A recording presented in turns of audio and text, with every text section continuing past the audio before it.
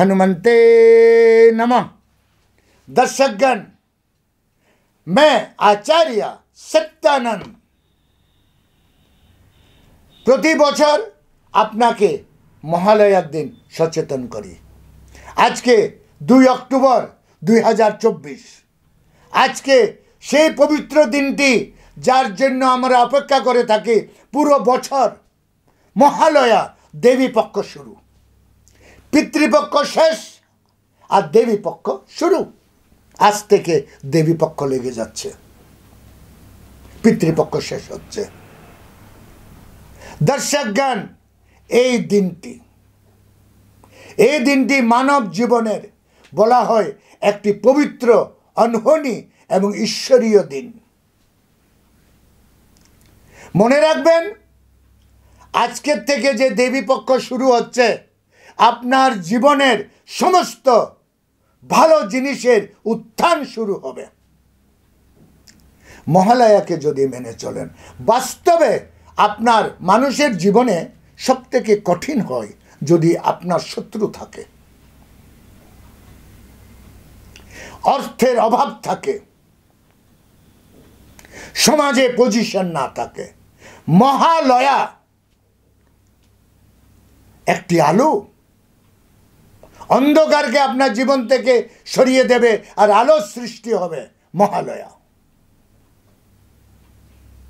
দর্শকগণ, বলা হয় এই দিন দেবী আসে, দেবী জাগ্রত হয়, দেবী আকার ধারণ করে শত্রু নিপাত হওয়ার জন্য।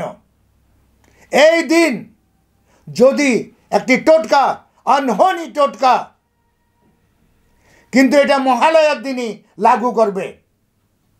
মহালয়ার দিন শত্রু নিপাত, ধন অর্জন করার একটি অদ্ভুত টোটকা। দর্শকগণ, মনে রাখবেন, আজকের দিন 2 অক্টোবর 2024 আজকে মহালয়া শুরু। প্রাতঃকাল থেকে যতক্ষণ সূর্য আকাশে আছে ততক্ষণ এই টোটকাটি আপনি করবেন।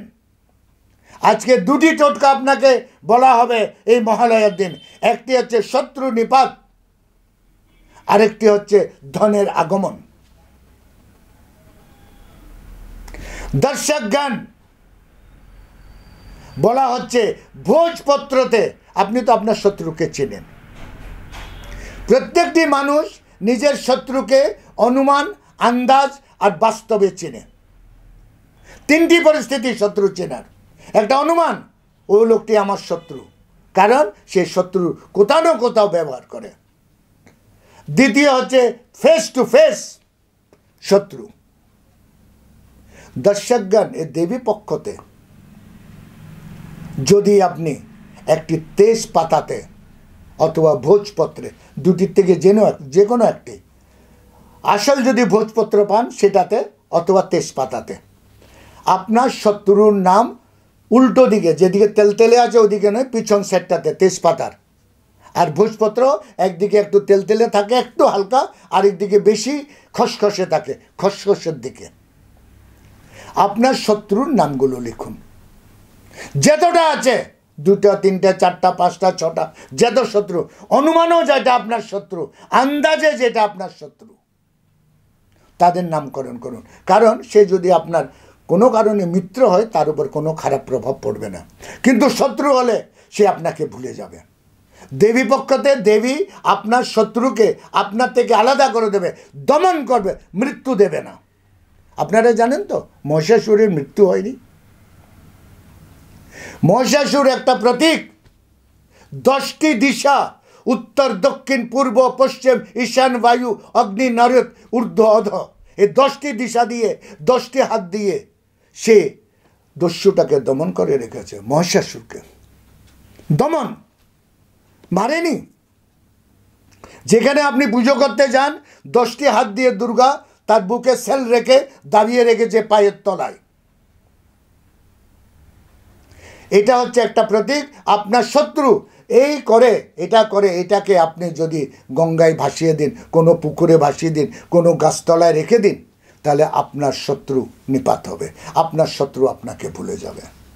দর্শকগণ, এরপরে এই মহালয়ার দিন যদি আপনি একটি ব্রাহ্মণকে ইয়া একটি মন্দিরে যদি ভোজ্য দেন, মনে রাখবেন কেউ দেয় না এই দিন, যদি আপনি দেন কোনো মন্দিরে কোনো ব্রাহ্মণকে কোনো অপরিচিতকে ভোজ্য, অর্থাৎ মানে যে কোনো জিনিস মাত্রায় একটা লোকের খাবার মতন, তেল থেকে নিয়ে, মশলা থেকে নিয়ে, সবজির থেকে নিয়ে, চাল থেকে নিয়ে যদি এই ভোজ্য কোনো মন্দিরে কোনো জায়গায় দান করেন, তাহলে বলা হচ্ছে অন্নপূর্ণা অর্থাৎ ধন কি দেবী লক্ষ্মী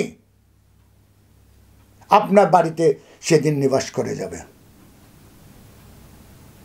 কারণ দেবীর পক্ষ, দেবীর আহ্বান, দেবী সেদিন ঘরে ঘরে যায়। দর্শকগণ, এই দুটি টোটকা করুন, আর একটি বছরের জন্য, আসছে বছর আবার করবেন, একটি বছরের জন্য সুখ, শান্তি, ধন, শত্রু নিপাত এগুলো সব পান।